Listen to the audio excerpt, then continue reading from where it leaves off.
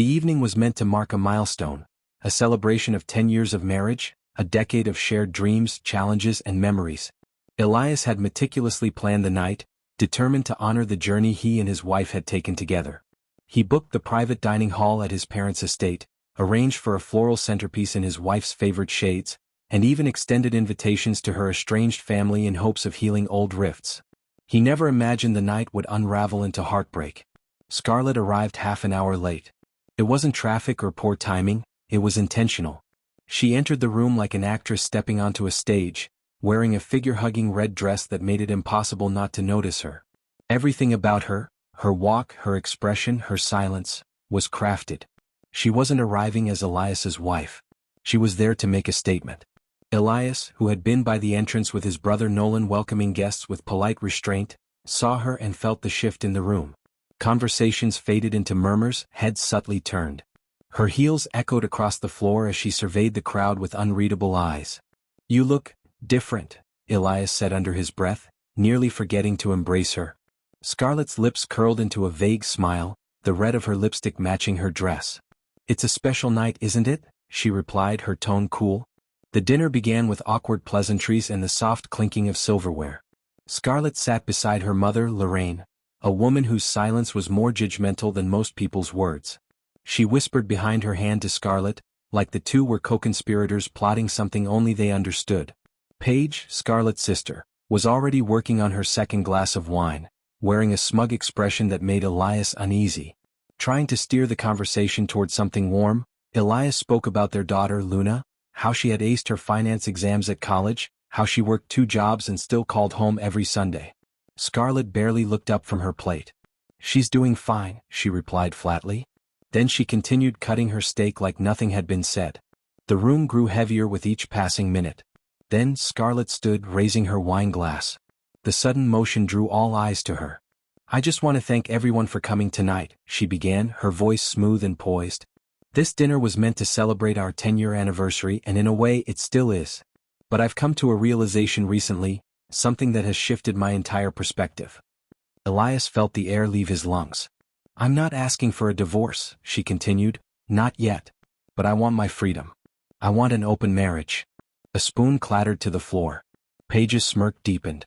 Lorraine gave an approving nod, like she'd just watched her daughter pass a secret test. Scarlett didn't stop.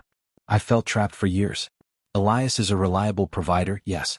But emotionally, romantically, I've been alone." Elias rose from his chair slowly. His voice trembled but remained steady enough to be heard. "You're doing this here?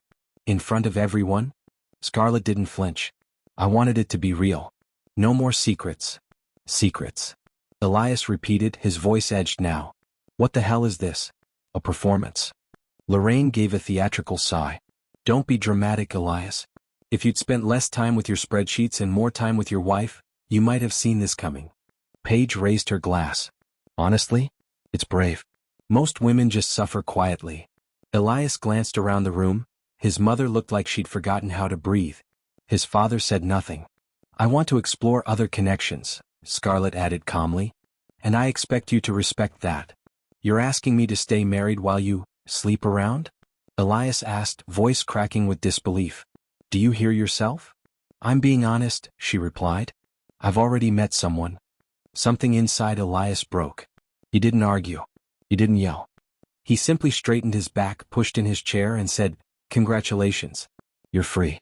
I'm out." He left the stunned room without another word. The cold air outside was nothing compared to what he felt inside. He didn't go home. He ended up in a desolate parking lot on the edge of town, engine off, mind racing. In the silence of his car, Elias replayed every little red flag he dismissed over the past year. Scarlett's sudden obsession with fitness. The text she wouldn't let him see. The unexplained weekends away.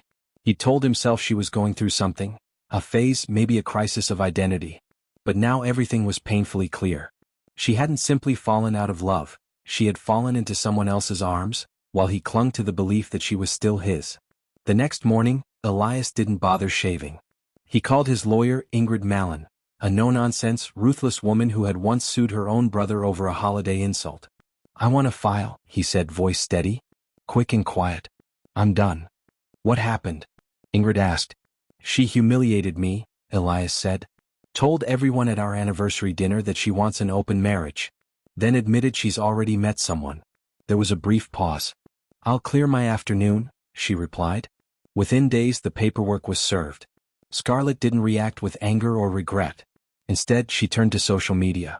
She curated her story, delicate captions like "Sometimes love needs space to grow and don't judge what you don't understand." Her friends, most of whom couldn't remember their own secrets half the time, began echoing her version of events. Elias was cold. Elias didn't care. Elias made her feel like a stranger in her own home. She says you were more like roommates, Ingrid told him one afternoon, reading from a blog where Scarlett had anonymously submitted her tale. That you stopped touching her, stopped listening. That she gave everything and got nothing in return. Elias laughed, a low, bitter sound. She's rewriting the story. Then rewrite it louder, Ingrid said. So he did. He didn't retaliate with drama. He moved methodically. Financial accounts were separated. Shared assets were examined. Elias gathered proof, receipts, messages, schedules. Every step legal. Every move intentional. Turns out, Scarlett hadn't been with just one other man. There were 3 at minimum. One was her personal trainer. Another, a business consultant she never actually hired. And the third, most devastating, was someone they both knew, a former colleague of Elias's. Married. Elias didn't confront her. Not yet. Instead, he posted once, just once. A quiet message on his private profile. No accusations. No names. Just a few words. Sometimes love ends quietly. Other times, it ends with a speech in front of everyone you love. I'm walking away with dignity. That doesn't make me the villain, just the one who refused to play along. And with that, Elias closed the chapter, not with vengeance but with clarity. The news of Scarlett's betrayal spread like wildfire.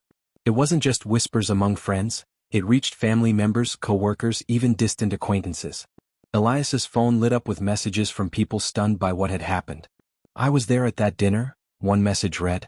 I had no idea. That wasn't love, man, that was a performance. The consensus was clear. Whatever Scarlett had done, it wasn't out of love, it was a spectacle, a role she played with unsettling ease. And as Elias quietly tried to regain his footing, Scarlett chose her defense. Not reflection, not apology, but retaliation. She painted Elias as cold, emotionally unavailable, even controlling. But the more she spoke, the more people started noticing the inconsistencies. Her story frayed at the edges. The tighter she clung to the narrative, the more it slipped away. Then, something unexpected happened. One Thursday, Elias returned from work and found a letter in the mailbox. No return address. The handwriting was messy, rushed, he knew it instantly. Scarlett. Inside were a few frantic lines. I'm sick. It's serious. I think it's an infection. I might need help, can't afford the treatment. Please. No signature, but she didn't need to sign it. He read it several times, each word scraping against the remnants of his trust. Then he crumpled it and tossed it in the trash. The very next day she called him. No greeting. No remorse. I'm going to the hospital, she said. Insurance won't cover everything. I think I caught something, maybe from the guy I was seeing. But it could have been earlier. I'm not sure. I need help with the bills. Elias went still. Let me get this straight, he said. You cheat on me. You stand in front of my family and tell them we have an open marriage. You trash me to everyone you know. And now you want me to help you deal with the aftermath. Her voice cracked. It's not just that. I think I'm pregnant. That moment didn't hit Elias like heartbreak. It was colder than that. His heart didn't sink, it froze. You're late? He asked. The doctor said it's early, but... It's not mine, Elias cut in. I had a vasectomy after Luna was born. You just didn't know. Silence. You're lying, she whispered. No, Elias said, his voice like steel. You are.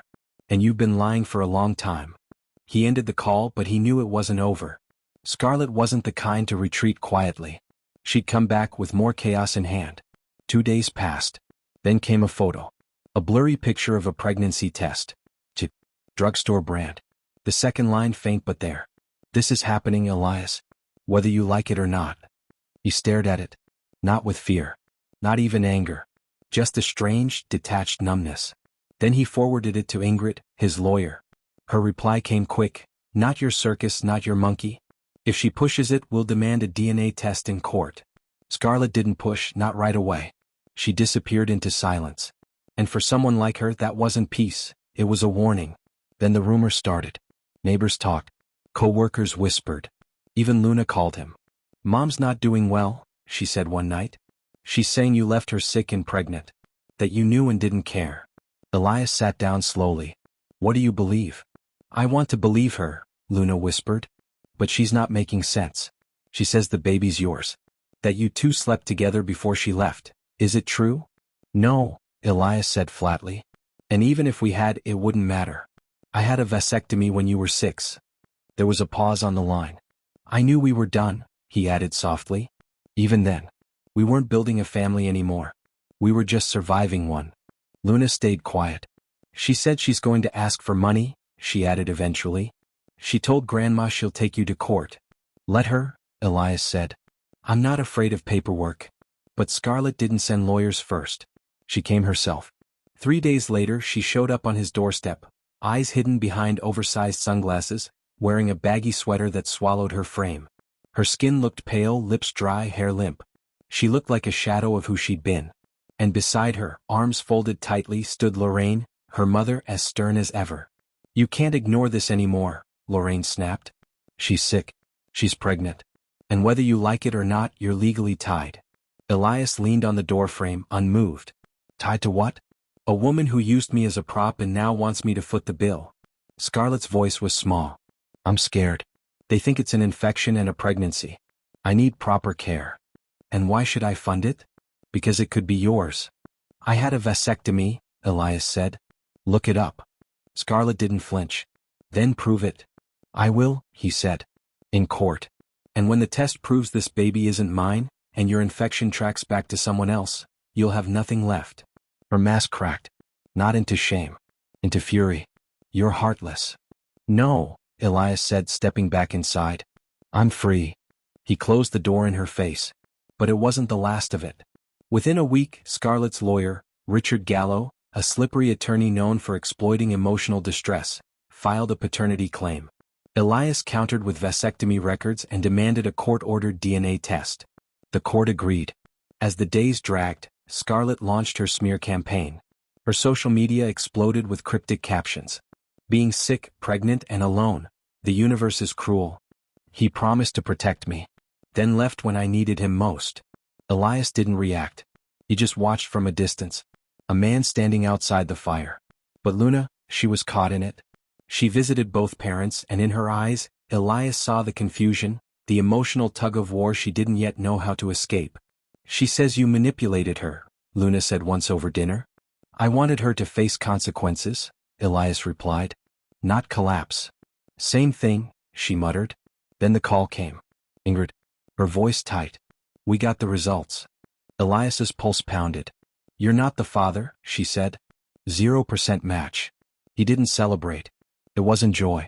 It was confirmation. But it wasn't over. The court date came fast. Scarlett sat at the front, pale and anxious. Her lawyer made a final emotional plea: distress, betrayal, hardship. Ingrid stood calmly. "My client had a vasectomy. The child is not his." The petitioner knowingly filed false claims. The judge didn't even pause. Case dismissed. Elias passed by Scarlett without slowing. But she stopped him. "I was really sick," she said quietly. "I could have died." He turned to her. "But you didn't. I loved you once. I think you loved the version of me you could control." Then he walked away. But Scarlett didn't vanish. Not immediately. She sent a video, not through lawyers. Directly to his phone. In it she looked frail. "You said you loved me. Then you let me rot. If I die, you kill the last piece of me." Elias didn't respond. Something inside him settled. Not guilt. Just finality. A week later Ingrid called again. "She's filing a civil motion," she said. "Emotional neglect." Elias didn't blink. "Let her." Back in court, Scarlett wept, spun her tales. But Elias brought records. Evidence. Truth. The judge dismissed the case with prejudice. Outside, Scarlett just stared at him, defeated. "You can't keep blaming me," Elias said. "You made these choices." "Then why," she whispered, "does it feel like you still have power over me?" Elias didn't answer. He just left. In the weeks that followed, Elias didn't gloat. He didn't raise a glass to victory. He just returned to life, quietly. One day Luna called again. She lost the baby, she said. I'm sorry. You don't have to be, Elias replied. It wasn't mine. Do you think she ever loved you? He paused. She loved the version of me that stayed quiet, paid the bills, let things slide. When I stopped doing that, she stopped loving me too. Scarlett didn't message again. No more stunts. No more doorstep breakdowns. She was gone. Elias later heard she'd moved to another state. Lorraine cut contact. No one knew where Paige was. He moved too, to a smaller place by the lake. Quiet. Peaceful. Enough space for just himself. Luna visited sometimes. Lighter. Happier. One evening she asked, "Do you ever wonder what would have happened if you stayed?" "No," Elias said. "She would have buried me alive." And Luna nodded. Because now she understood. Later that night, Elias found a photo from their first anniversary. Scarlett's hand on his chest, both smiling like the world was theirs. He burned it, not out of hate, but because some truths don't need to be remembered. The next morning he made coffee. Fed the neighbor's cat. Watched the lake turn pink with sunrise. Scarlett's story had ended, not with justice, not with revenge, but with her own unraveling. A lie that had finally caught up to her. And Elias? He didn't need payback. He had something far rarer.